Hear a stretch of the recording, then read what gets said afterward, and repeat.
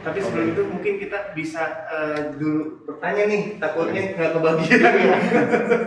Oke, sebetulnya kok bisa sih dok anak-anak kena usus buntu itu kenapa sih dok? Oke, usus buntu biasanya pada anak-anak dan pada dewasa itu disebabkan oleh karena adanya obstruksi atau sumbatan. Nah, makanya dulu kalau kita dibilang kalau makan biji cabe, buah jambu, katanya usus buntu. Nah, sebenarnya bukan karena biji cabenya, tapi karena misalnya dia kurang serat, jadi BAB-nya mengeras dan menyumbat lumen usus buntu. Berarti boleh dong makan buah jambu batu sama biji-bijinya? Batangnya juga boleh, Mas. Ya itu sebenarnya hanya mitos, tapi kalau dipikirkan, jadi memang kalau biji itu katanya susah dicerna. Sebenarnya apapun itu dicerna. Cuman kalau memang dia tidak tinggi serat akan menyebabkan obstruksi atau sumbatan. Wah, baik-baik nih ya, mitos itu bener-bener. Kadang-kadang kalau bijinya kotor nunggu untuk di sini.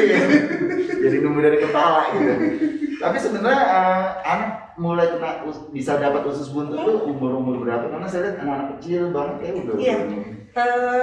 Sebenarnya kalau dari penelitian pada anak-anak itu lebih sering terkena di atas usia 5 tahun. Tetapi beberapa kali juga saya dapat pada anak-anak di usia di bawah 5 tahun, 2 sampai 5 tahun ada, iya, ada, betul. Tapi memang awalnya kita tidak mencurigai usus buntu, ternyata setelah dibuka memang usus buntu. Itu mungkin ya itu tadi ya dijarang apa karena Betul. kurang serat itu ya? Kurang serat, lalu juga sebenarnya kalau pada anak selain dia kurang serat lebih sering juga karena dia sering infeksi berulang. Jadi kalau infeksi kelenjar-kelenjar usus kan membesar. Betul. Nah kalau kelenjar usus membesar tetap aja jadi bikin obstruksi juga. Jadi asal muasalnya sebenarnya obstruksi. Ya, kesumbatan di usus. Obstruksi, wah, kesumbatan di usus. Nah, ini perlu diperhatikan ya orang tua ya. Takutnya dirasa cukup hanya minum susu aja, tapi kan harus. Nah itu pengaruh nggak sih? Apakah karena pengaruh? Karena kan balita under 5 ya, tadi bisa dapat usus buntu juga, itu pengaruh dari makanan orang. Karena kan terkadang anak balita di bawah 5 itu kan masih menyusui misalnya. Mungkin pengaruh makanan dari ibu. Orang tua benar sekali. Biasanya orang tua dan di atas 2 tahun kan biasa mereka sudah bisa minum air putih kan. Terkadang orang tua itu hanya memberikan susu formula yang biasanya kental itu dibikin. Nah itu juga bisa menyebabkan berpengaruh ya. Betul, berpengaruh sekali. Pak Ian, mungkin kita langsung aja nih, ada yang sudah bertanya ya. Boleh. Di IG-nya kita nih, dari Edmo ada Ahmad Rezvan. Dok, mau tanya, jika usus buntu pada anak-anak tidak ditangani, kenapa bisa menyebabkan sepsis dan peritonitis? Dan apakah jika sudah pernah operasi usus buntu, apa mungkin bisa terulang kembali? Oke. Jadi ada 2 pertanyaan ya. Pertanyaan yang pertama, apakah usus buntu bisa menyebabkan sepsis dan peritonitis? Iya, bisa. Tadi kita udah bilang penyebab awal usus buntu adalah adanya sumbatan pada lumen usus buntu. Jadi kalau dari etiologi kita bilang asal muasalnya begitu lumen usus buntunya kesumbat, cairan di dalam usus buntu tuh nggak bisa keluar. Jadi dia makin lama numpuk, kuman juga numpuk di situ. Nah suatu ketika begitu dia sampai lumen usus buntunya udah nggak kuat lagi, pecahlah dia. Itulah makanya ada bedanya usus buntu akut sama usus buntu yang sudah pecah. Kalau usus buntunya gendut aja karena penumpukan cairan sama kuman, itu usus buntu yang akut kita bilang. Tapi begitu dia sudah pecah, itu namanya sudah peritonitis. Begitu pecah berarti nanah keluar dari dalam lumen usus buntu, menyebar ke perut dulu, pertama perut kanan dulu tuh, karena kan letak usus buntu di perut kanan. Nah untuk udah menyebar begitu, efek di tubuh kita begitu ada yang pecah, ada kuman langsung tuh, semua sel-sel yang lainnya bekerja, wah ini ada kuman nih, akhirnya dia menyebar ke seluruhnya, itu yang menyebabkan dia akhirnya lama-lama sepsis. Sepsis itu infeksi di darah, di aliran darah. Dok, kalau boleh tahu itu prosesnya berapa lama sih, bisa dari ada gejala sampai tadi pecah ya? Iya. Kalau usus sudah pecah berapa lama? Kalau pada anak biasanya cepat sekali, kalau pada anak itu kurang dari 5 hari biasanya udah bisa pecah pada anak. Berbeda dengan orang dewasa yang daya tahan tubuhnya kuat. Jadi biasanya dia ada lemak tubuh yang begitu pecah dia nutupin dulu tuh usus buntunya. Jadi nggak terasa dulu kalau dewasa. Kalau pada anak dia cepat karena pertama respon tubuhnya belum terlalu bagus, dan memang beda-beda setiap anak sih ya. Ada anak yang mungkin sehat dia lebih lama. Kalau yang anak yang istilahnya nggak gitu sehat dia lebih cepat biasanya. Gitu. Terus langkah apa yang dilakukan kalau udah sampai keluar nanah, nggak apa-apa perlu operasi? Iya. Jadi sebenarnya untuk usus buntu yang akut ada beberapa penelitian sekarang ini yang bilang bisa tuh dengan obat-obatan antibiotik saja tanpa operasi. Tetapi memang harus dimonitoring ketat sama dokternya. Artinya kita nggak tahu kapan dia pecah, kapan dia enggak. Tapi kalau sudah pecah tidak ada cara lain kecuali operasi. Oh, Gitu. satu-satunya jalan memang harus Operasi. dipotong ya. Nananya di dalam perut mungkin gimana cara kita keluarin Iya. kalau nggak ada operasi. Ini ada pertanyaan lagi dari netizen. Mungkin yang tadi yang pertama belum, Oh, belum yang selesai. kedua ya. Yang kedua, Iya, iya. tadi Ada yang dua kedua pertanyaan tadi ya? Iya betul. Oh ya. Oh ini apakah bisa terulang kembali data yang tadi itu Iya. nyambung tuh apa kalau udah dioperasi? Operasi. Bisa nggak mungkin nanti ada lagi? Kalau usus buntunya lebih dari satu mungkin tidak bisa karena kita usus buntu hanya punya satu dikasih Tuhan, jadi cuma sekali ya. Jadi kalau udah diangkat, mohon maaf jadi Tidak akan bisa usus buntu lagi. tidak ada maksudnya. Usus buntu tetap buntu. Tetap buntu. Kan harus dipotong. Dipotong, jadi betul. bisa lagi. Baik. Nah, ini ada yang kedua nih ya dari Freaking Sal. Assalamualaikum dok, waalaikumsalam. Saya mau bertanya, bagaimana ketika radang usus buntu, anak tidak diobati dengan tepat? Dan apakah bakteri dan nanah akan menumpuk di ususnya? Dan apakah yang terjadi jika usus buntu itu pecah dan masuk dalam rongga perut yang lain? Tadi sebenarnya udah dibahas dikit ya. Iya. Nah, jadi memang apakah kalau usus buntu itu bakteri dan nanah akan menumpuk? Iya, pada usus buntunya, bukan usus keseluruhannya. Jadi saya jadi pakai jari ya, nggak apa-apa ya. Jadi kalau usus buntu itu jadi bentuknya kayak begini nih. Mirip banget umbai cacing kita bilang kalau bahasa sehari-harinya. Ini usus yang biasa. Nah, begitu dia ada obstruksi atau sumbatan di sini, yang ini alirannya nggak bisa keluar nih dia. Nanah lama-kelamaan cairan yang di sini akan berubah menjadi nanah, ada kumpulan kuman ya. Jadi kalau pertanyaannya apakah ada bakteri dan kuman di dalam perutnya? Ya, di dalam usus buntunya ada. Begitu usus buntunya udah nggak kuat nahan, dia akan pecah. Karena dia kayak balon. Kalau lama-kelamaan diisi air dalamnya tanpa dia bisa keluar, dia pecah. Gitu. Jadi ya otomatis kalau banyak bakteri udah Pasti ada.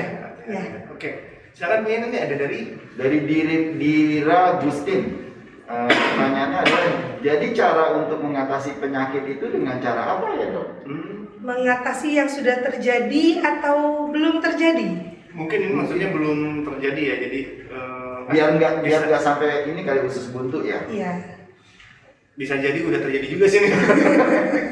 Oke. Anggap saja biasanya mencegah kali ya. Mencegah. Ini berarti mengatasi berarti itu udah terjadi nih. Ya. Oke, gimana dok? Oke, kalau untuk mencegah usus buntu biasanya pada anak sampai saat ini yang kita bisa lakukan yaitu pada anak dikasih makanan yang tinggi serat atau memang mungkin kalau memang dia ada riwayat konstipasi, sering konstipasi, kita sebagai orang tua harus minum susunya jangan terlalu kental. Biasanya tuh ada takarannya. Biasanya dikurangin misalnya 90 cc 3 sendok dibilang. Kurangilah jadi 2,5 sendok takar. Jadi bikin agak encer. Betul sekali. Kalau dia sudah usia bisa makan 2 tahun biasanya dia sudah bisa makan. Kasih makanan-makanan yang buah-buahan, lalu agar juga boleh seperti itu untuk mengatasi pencegahannya. Karena kadang-kadang anak pengennya yang manis banget gitu. Dan biasanya anak-anak paling anti sayuran setahu saya. Iya, betul. Lebih mau makan daging-dagingan daripada Iya sih. sayur-sayuran. Jarang sekali anak-anak suka sayur-sayuran. Nah ini dok ada pertanyaan lagi nih dari Neriner. Neriner, selamat siang dok. Apakah ada efek samping atau bisa menimbulkan penyakit lainnya apabila usus buntu sudah dibuang? Oke. Ya. Sebenarnya kalau mau dibilang apa sih fungsinya usus buntu? Sebenarnya seperti itu ya. Semua orang pasti ada usus buntu. Saya punya usus buntu, masnya atau bapak juga punya usus buntu. Waktu kecil usus buntu ini katanya digunakan berfungsi untuk antibody, tapi sampai saat ini sih tidak ada yang bilang itu benar katanya ya. Jadi ada gunanya kalau usus buntu? Sebenarnya tidak ada gunanya kalau bilang. Kalau kedokteran bilang pada gini, sebenarnya usus buntu itu gunanya buat dokter bedah.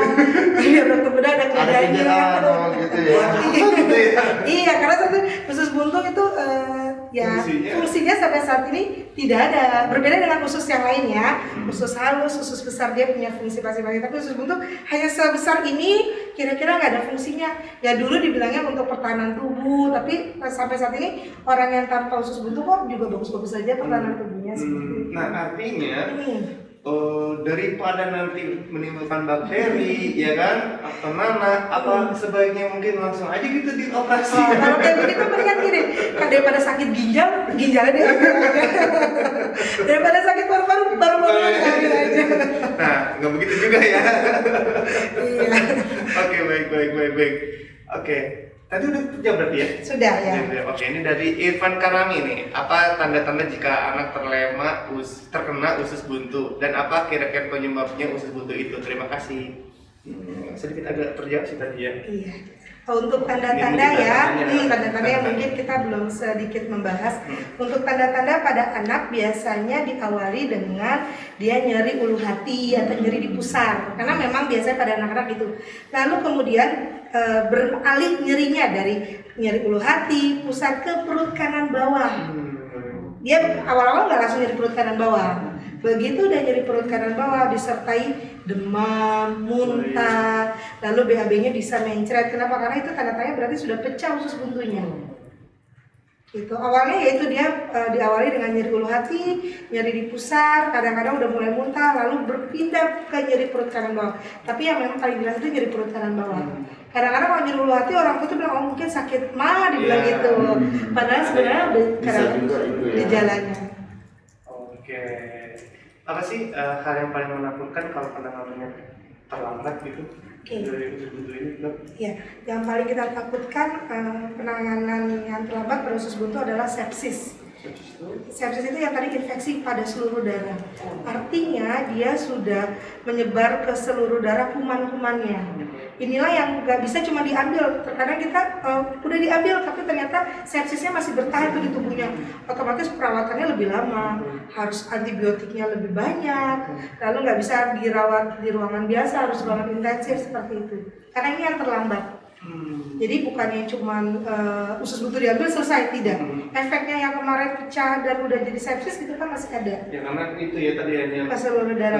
Waduh, ngeri juga ya. Kalau di penjara udah agak susah, ya betul sekali. Karena bukan usus buntu yang biasa, makanya kalau ditanya usus buntu akut ringan nggak dok? Ya itu lebih ringan, diambil selesai. Biasanya kita rawat juga paling 1-2 hari.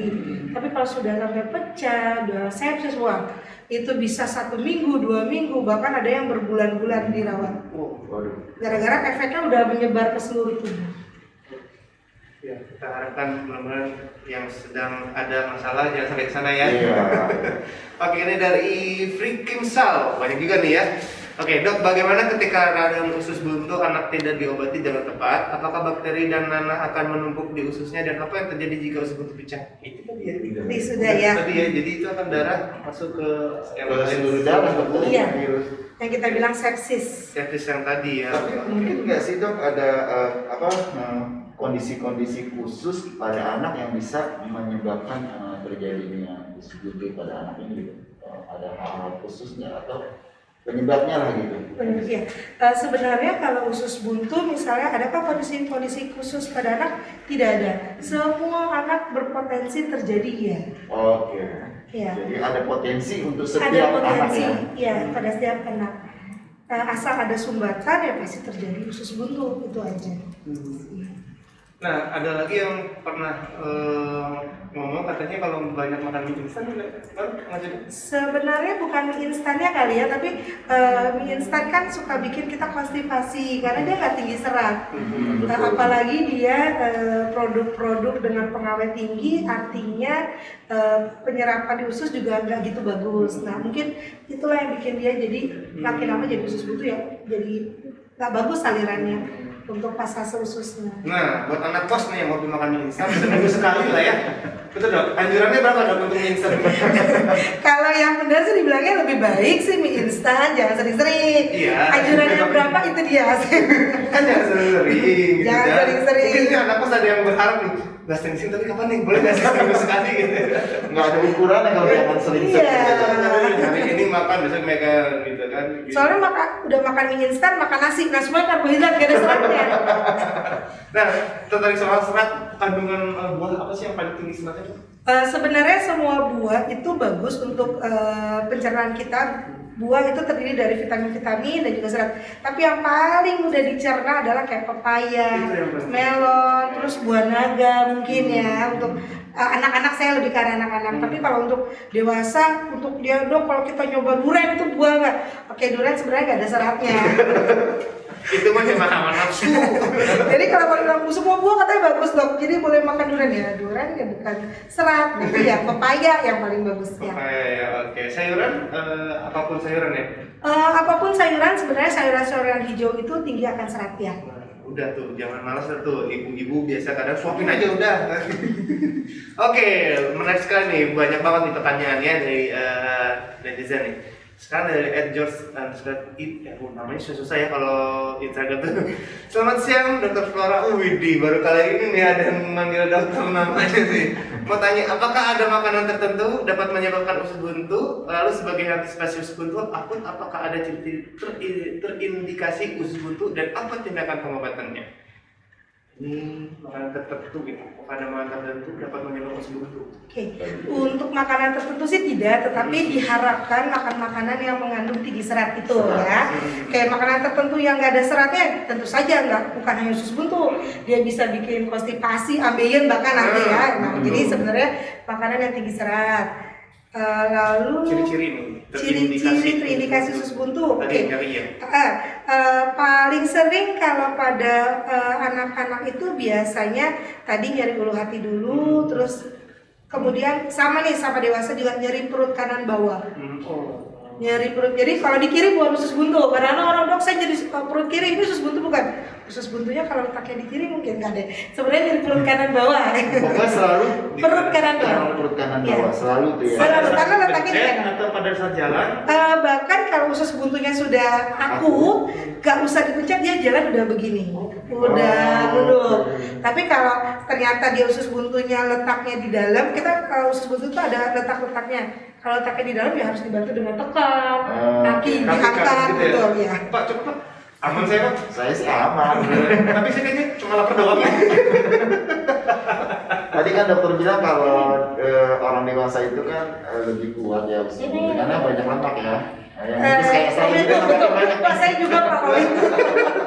Tapi tindakan pengobatannya belum terjawab nih. Oke, kalau dia sudah usus buntu, kita kalau usus buntu itu yang tadi dibagi sebenarnya 3. Akut, kalau yang akut artinya dia masih gendut usus buntunya. Kita bilang memerah, gendut. Nah, kalau akut sebenarnya ada 2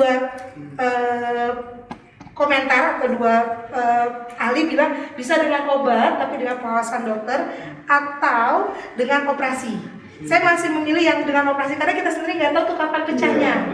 Kan artinya miara bom atom nih, kapan dia pecah kita nggak tahu. Jadi kalau udah akut ya sebaiknya dipotong aja ya. Dipotong itu aja. Cara yang paling aman. Cara paling aman. Meskipun sekarang ada bilang dengan obat bisa dok, bisa tapi dengan observasi ketat dari dokter-dokternya. Itu kalau kan kita bicara tadi masih konvensional yang bedah gitu, tapi ada yang kata cara minimal invasif itu ya. Itu bagaimana sih tuh? Oke, kalau minimal invasif itu dengan laparoskopik. Jadi sebenarnya sayatan lebih kecil. Bahkan kita single hole sekarang cuma 1 sayatan di pusat, usus buntunya bisa diambil. Jadi lukanya lebih kecil, lebih cepat penyembuhannya. Jadi tidak banyak usus dipegang-pegang tuh kalau dengan alat laparoskopik. Tapi tetap judulnya dipotong. Laparoskopik juga dipotong. Cuman bisa diapain gitu? Enggak, tetap dioperasi namanya. Tetap diambil juga, cuman hanya teknik pengambilannya saja. Cara yang konvensional di bedah kanan, ya, atau yang di pusat dia lukanya kecil gitu nih. Masuknya dari pusat. Dari pusat. Enak juga ya. Tapi ujung-ujungnya ya udah harus dioperasi. Oke, ini dari Rafika Rahmasati. Oke, oh ini nih, siang dok mau tanya terlalu banyak makan jamu biji gitu minta sama Pak. Di awal disinggung ya. Itu hanya mitos. Jadi teman-teman silakan makan baju apa? Jamu biji yang tapi jangan jamu monyet ya. Biji. Apa kok ngomong monyet saya sih? Oke, itu tadi yang mitos ya. Jadi silakan aja, tapi jangan terlalu berlebihan juga kalau itu ya. Iya, sih berpengaruh berpelanggaran. Oke, dari apa nih? Dari TWGRC Widi. Siang Dok, apakah benar pasca operasi usus buntu tidak boleh angkat barang berat? Oke, ya. Kalau habis operasi namanya operasi apapun sebenarnya kita butuh waktu penyembuhan itu 2 minggu. Kalau kurang dari 2 minggu dia ngangkat-ngangkat berat, sepertinya nggak akan kuat juga perutnya. Memang kan baru dijahit juga, baru iya, belum penyembuhan luka, kita bilang proses penyembuhan lukanya belum sempurna. Jadi memang sebaiknya ya untuk 2 minggu setelah operasi kegiatannya yang pelan-pelan aja, bukan berarti harus di tempat tidur aja sih. Bukan bed rest gitu. Bukan bed rest, tapi jangan sampai udah baru operasi udah langsung angkat barbel gitu. Nge-gym lagi, santai dulu ya kan, main futsal dulu. Sepeda, jangan.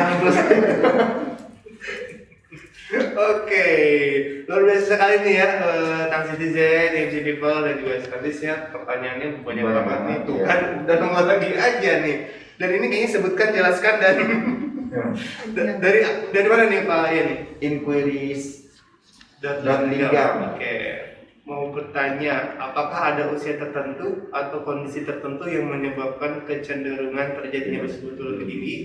Bagaimana penanganan usus buntu? Kemudian bagaimana pola makan atau kebiasaan agar tidak terkena infeksi usus buntu, terutama di masa pandemi ini? Oke, ini tadi hampir terjawab juga ya.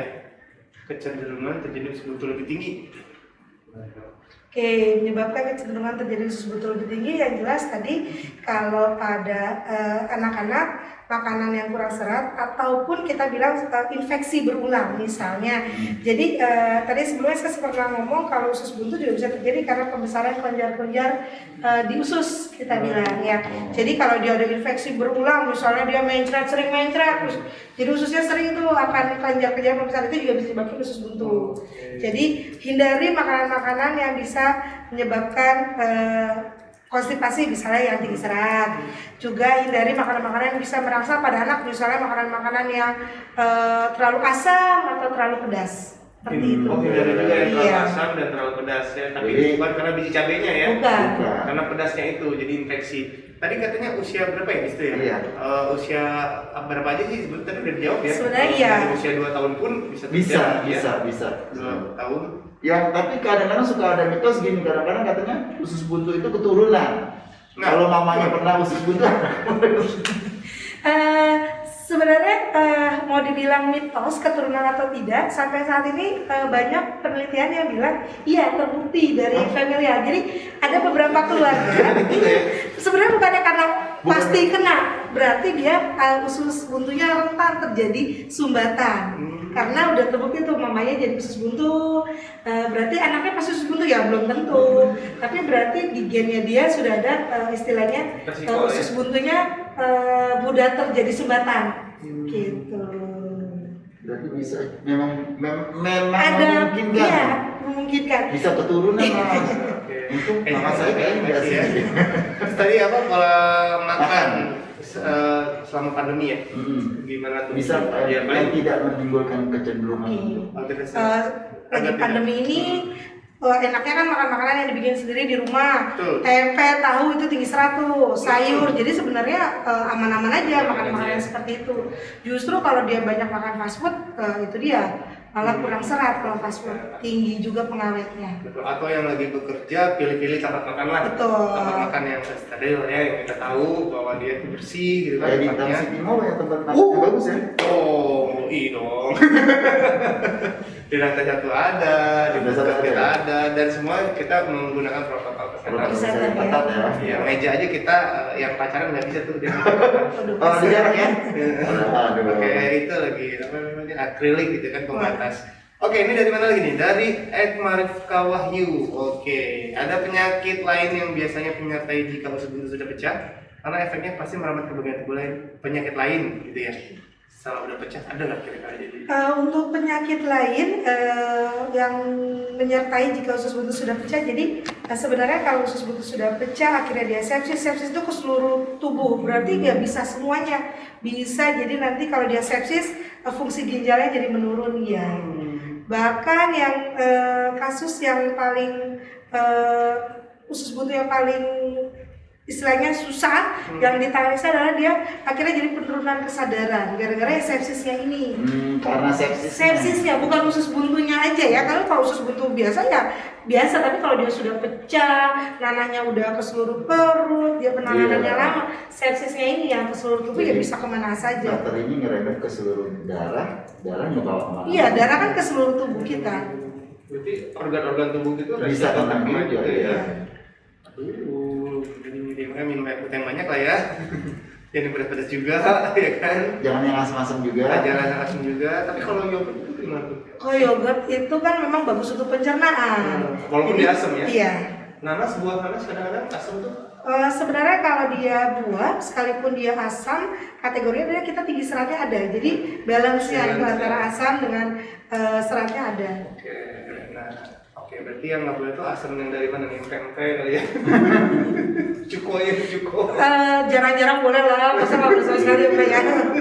Ini ada lagi nih dari apa nih?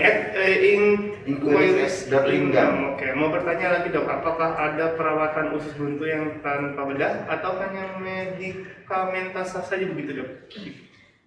Seperti yang tadi saya sudah bilang, memang di beberapa tahun terakhir ini ada jurnal-jurnal yang bilang usus buntu yang akut ya, bukan yang sudah pecah. Yang akut bisa disembuhkan dengan antibiotik. Antibiotiknya juga bukan antibiotik obat minum oral, tapi antibiotik dosis tinggi. Artinya pun dia harus dirawat juga dengan pengawasan dokter, bukannya tanpa pengawasan. Iya. Harus dirawat, bukannya di rumah sebenarnya. Jadi iya, dengan antibiotik dilihat nih dalam 3 hari kalau misalnya ternyata nyerinya berkurang, semuanya membaik ya sebenarnya aman. Tapi kalau misalnya ternyata dilihat makin nyeri di situ, pasti langsung bisa dioperasi. Jadi bukannya tanpa pengawasan dokter sebenarnya. Jadi jangan sembarangan lah ya. Iya.